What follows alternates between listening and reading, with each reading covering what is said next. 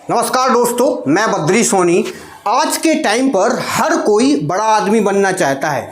उसे कोई फर्क नहीं पड़ता कि वो सही तरीके से पैसा कमा रहा है या गलत तरीके से पैसा कमा रहा है या उसके साथ आगे क्या होने वाला है, उसे कोई फर्क नहीं पड़ता। उसके दिमाग में सिर्फ एक ही बात, एक ही चीज़ चलती है कि जल्दी से जल्दी शॉर्ट टाइम में पैसा कहाँ से कमाया जाए और उस पैसे से इतना पैसा बनाया जाए कि वो लखपति से सीधा करोड़पति हो जाए, वो भी कुछ महीनों में, कुछ सालों में।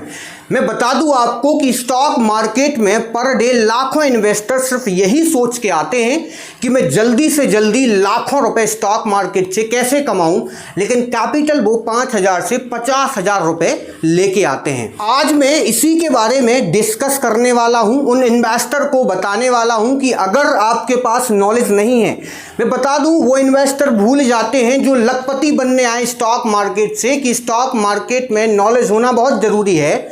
अगर आपके पास नॉलेज नहीं है तो जैसे ही आपके पास जीरो नॉलेज है स्टॉक मार्केट में इन्वेस्टमेंट करने से पहले, वैसे ही इन्वेस्टमेंट करने के बाद आपको जो प्रॉफिट होगा वो प्रॉफिट ज़ीरो होगा, क्योंकि आपके पास नॉलेज नहीं है। स्टॉक मार्केट में नॉलेज बहुत ज़रूरी है। आज मैं वही नॉलेज आपको देने वाला हूँ, 5 ऐसी ट्रिक, ऐसी टिप्स बताने वाला हूँ, ऐसा नॉलेज देने वाला हूँ जिससे आप लॉन्ग टाइम तक प्रॉफिट कमा सकते हो। वो चाहे आप शॉर्ट टर्म इन्वेस्टमेंट करो या लॉन्ग टर्म इन्वेस्टमेंट करो, आपको हमेशा प्रॉफिट होगा। मैं आगे बढ़ूं उससे पहले वीडियो को लाइक और चैनल को सब्सक्राइब जरूर कर देना। नंबर 1, स्टॉक मार्केट यानी एनएससी और बीएससी, नेशनल स्टॉक एक्सचेंज और बॉम्बे स्टॉक एक्सचेंज में ये 12 सेक्टर लिस्ट रहते हैं। 12 सेक्टर लिस्ट रहते हैं। उन सेक्टर्स में बहुत सारी कंपनी रहती हैं। अगर एनएससी और बीएससी की ओवरऑल बात की जाए तो 7,000 कंपनी लिस्ट रहती हैं और वो 7,000 कंपनी 12 सेक्टर की कंपनी हैं। मैं कुछ सेक्टर्स के नाम बताने जा रहा हूं जो फेमस हैं।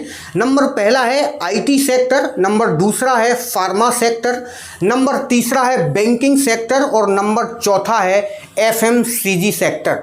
आईटी सेक्टर की अगर बात करूं तो जैसे टीसीएस कंपनी आ गया, फाइनेंस में बैंकिंग सेक्टर की बात करूं तो कोई बैंक आ गई है। इस तरीके से 12 सेक्टर एनएससी और बीएससी स्टॉक मार्केट में लिस्ट रहते हैं और उन कंपनियों में इन्वेस्टर आके इन्वेस्ट करते हैं।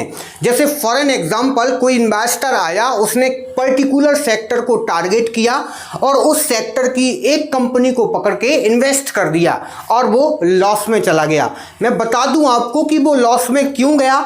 इसलिए गया क्योंकि उसने पर्टिकुलर एक सेक्टर की एक कंपनी को टारगेट करके उसमें बाय और सेल किया है। हमारे भारत में for an example pharma sector में कोई इंसिडेंट, एक्सीडेंट हो जाए तो पूरी फार्मा कंपनी डाउन ट्रेंड बना लेगी। ऐसी सिचुएशन में वो इन्वेस्टर प्रॉफिट नहीं कमा पाएगा। ऐसा होता है क्योंकि मैं बता दूं आपको कि पिछली बार जो बजट आया था तो फाइनेंस मिनिस्टर निर्मला सीतारमण ने ये बयान दिया था कि जितनी भी स्टील फैक्ट्रियां हैं उनकी चिमनी बंद कर दी जाए, क्योंकि चिमनियों की वजह से धुआं फैल रहा है और धुआं से वायु प्रदूषण बढ़ रहा है। आप विश्वास नहीं करोगे, उन्होंने बोला और जितनी भी स्टील फैक्ट्रियां थी जैसे टाटा स्टील हो गया, वो सारी कंपनियों के शेयर धड़ाम धड़ाम नीचे गिरना स्टार्ट कर दिए, क्योंकि जितने भी इन्वेस्टर थे जिन्होंने स्टील कंपनियों में अपना पैसा लगाया था उन्होंने वापस निकालना स्टार्ट कर दिया है। तो इस तरीके से मार्केट में क्राइसिस और छोटे छोटे इंसिडेंट होते हैं। मैं बता दूं आपको कि सही इन्वेस्टमेंट करने का तरीका है कि आप 3 से 4 सेक्टर पकड़ के रखो। अगर आपको लॉन्ग टर्म इन्वेस्टमेंट करना है, 6 महीने या 1 साल के लिए होल्डिंग्स करनी है, तो आप फार्मा को ले लो, आप आईटी को ले लो, आप बैंकिंग सेक्टर को ले लो या फिर आप एफएमसीजी सेक्टर को ले लो। आप इन चारों सेक्टर से एक एक कंपनी को चूज करो, निकालो, समझो, उस पर रिसर्च करो, फिर जाके अपना 1 लाख रुपए का कैपिटल 25-25 हज़ार चारों कंपनी में इन्वेस्ट कर दो। एक सेक्टर अगर डाउन जाएगा तो दूसरा सेक्टर अप चला जाएगा। अगर 2 सेक्टर्स डाउन जाएंगे तो तीसरा सेक्टर आपका सेफ रहेगा और चौथा सेक्टर भी आपका सेफ रहेगा। कभी भी ऐसा नहीं होता है कि सारे के सारे सेक्टर्स मार्केट में डाउन ट्रेंड बना लें और आप लॉस में चले जाएं। मैं बता दूं आपको कि जो SIP करता है म्यूचुअल फंड, वो आपका इन्वेस्टमेंट ऐसे ही करता है। आपने अगर 1 लाख रुपए का इन्वेस्टमेंट किया म्यूचुअल फंड में, तो म्यूचुअल फंड आपका पैसा किसी एक कंपनी या एक सेक्टर पर्टिकुलर्स में नहीं लगाता, क्योंकि अगर वो लगाएगा तो लॉस में चला जाएगा और आपका पैसा बर्बाद हो जाएगा। वो 1 लाख रुपए को कम से कम 10 कंपनियों में लगाता है, वो भी डिफरेंट सेक्टर्स की कंपनियों में इन्वेस्ट करता है, तब जाके वो एक अच्छा रिटर्न आपको दे पाता है। इसलिए अगर आप सोच रहे हो कि मुझे लॉन्ग टर्म इन्वेस्ट करके एक बड़ा और अच्छा प्रॉफिट कमाना है, तो आपको ऐसे ही इन्वेस्टमेंट करना पड़ेगा जैसे मैंने आपको बताया कि डिफरेंट कंपनियों में, अलग अलग सेक्टर्स की कंपनियों में इन्वेस्ट करके आप एक अच्छा प्रॉफिट मार्केट से कमा सकते हो। नंबर दूसरा ये कहता है कि आपको अगर इन्वेस्टमेंट करना है तो एक अच्छी स्टेबल और फेमस कंपनी में इन्वेस्ट करना चाहिए। उसी कंपनी के आपको शेयर्स खरीदना चाहिए जो कंपनी कंटिन्यू ग्रोथ पर हो। उस कंपनी की बैलेंस शीट चेक करो, उस कंपनी का चेक करो, उस कंपनी की बजटिंग चेक करो, उस कंपनी की फाइनेंशियल पूरी रिपोर्ट आप चेक करो, इसके बाद इन्वेस्टमेंट करो। आप कभी भी लॉस में नहीं जाओगे। नंबर तीसरा है PE ratio, price to earning ratio. PE ratio क्या है? PE रेशियो हमें यह बताता है कि एक्चुअल में कंपनी का परफॉर्मेंस क्या चल रहा है, कैसा है कंपनी का परफॉर्मेंस। मार्केट में जिस कंपनी के शेयर्स आप खरीदने जा रहे हो वो आपको महंगे मिल रहे हैं या फिर सस्ते मिल रहे हैं, या फिर जिस इन्वेस्टर ने पहले खरीद चुका है वो इन्वेस्टर जिस प्राइस पर उसी प्राइस पर मिल रहे हैं या फिर आपको महंगे मिल रहे हैं। PE रेशियो, सही PE रेशियो कंपनी का 15 से 25 के बीच में होना चाहिए। जिस कंपनी का PE रेशियो 15 से 25 नहीं है, मतलब वो कंपनी आपके लिए इन्वेस्टमेंट करने के लिए बिल्कुल सही नहीं है। और अगर जिस कंपनी का PE रेशियो 15 से 25 के बीच में है, उस कंपनी में आप आंख बंद करके इन्वेस्टमेंट करोगे तब भी आपको मार्केट से प्रॉफिट होगा। नंबर चौथा फंडामेंटल मनी कंट्रोल की वेबसाइट पर जाके day to day per day fundamental news को पढ़ो और समझो। CNBC न्यूज़ को देखो और समझो कि ये क्या बोल रही है। फंडामेंटल में सिर्फ न्यूज़ है, न्यूज़ आपको 50% नहीं 90% ये क्लियर कर देती है कि आज उस कंपनी का शेयर्स मार्केट में अप जाने वाला है या डाउन आने वाला है।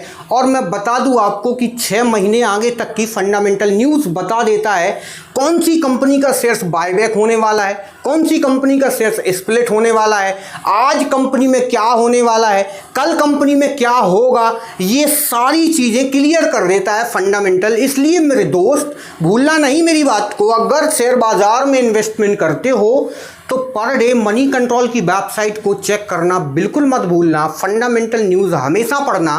पर डे का आपको IPO का नॉलेज मिलेगा, IPO कब इशू हो रहा है, IPO क्या होता है, ये सारी चीज़ें आपको मनी कंट्रोल की वेबसाइट पर मिल जाएंगी, जिसको हम फंडामेंटल न्यूज़ बोलते हैं। नंबर पाँचवा है टेक्निकल का मतलब जो भी मार्केट में हो रहा है प्रेजेंट में, जैसा उसका टेक्निकल चार्ट बन रहा है उसी को हम टेक्निकल कहते हैं। फ़र्क ये है कि टेक्निकल हमें आज के बारे में बताता है कि सुबह से शाम तक क्या हो सकता है। जैसे जैसे टेक्निकल के पैटर्न्स आपके दिमाग में आते जाएंगे, जैसे आप पैटर्न सीखते जाओगे, वैसे ही आपको स्टॉक मार्केट का नॉलेज बढ़ता जाएगा। अगर आप सही में स्टॉक मार्केट में ट्रेडिंग करते हो या लॉन्ग टाइम से कर रहे हो या करना चाहते हो, तो टेक्निकल में कुछ फेमस पैटर्न आपको सीखना पड़ेंगे। जैसे हेड एंड शोल्डर हो गया, कप एंड हैंडल हो गया, बहुत सारे पैटर्न हैं, हज़ारों की तादाद में पैटर्न हैं जो आपको सीखने पड़ेंगे। पैटर्न देख के आप 2, 3, 4, 5, 6, 7, 8, 9, 10 पॉइंट तक का अनुमान लगा सकते हो कि ये कंपनी का शेयर्स अब कब तक अप जाएगा, कहाँ पर डाउन जाएगा। ये सारी चीज़ें आपको टेक्निकल में क्लियर हो जाएंगी। इसलिए अगर आपको ट्रेडिंग करके बड़ा प्रॉफिट कमाना है, पर डे प्रॉफिट कमाना है, लॉस बिल्कुल नहीं करना है, थोड़ा सा लॉस अगर करना है, आपको बड़ा प्रॉफिट कमाना है, तो आपको फंडामेंटल टेक्निकल पर ज़्यादा कमांड रखनी होगी, ज़्यादा फोकस रखना होगा, तभी आप स्टॉक मार्केट में सक्सेस हो पाओगे। धन्यवाद, थैंक यू गाइस।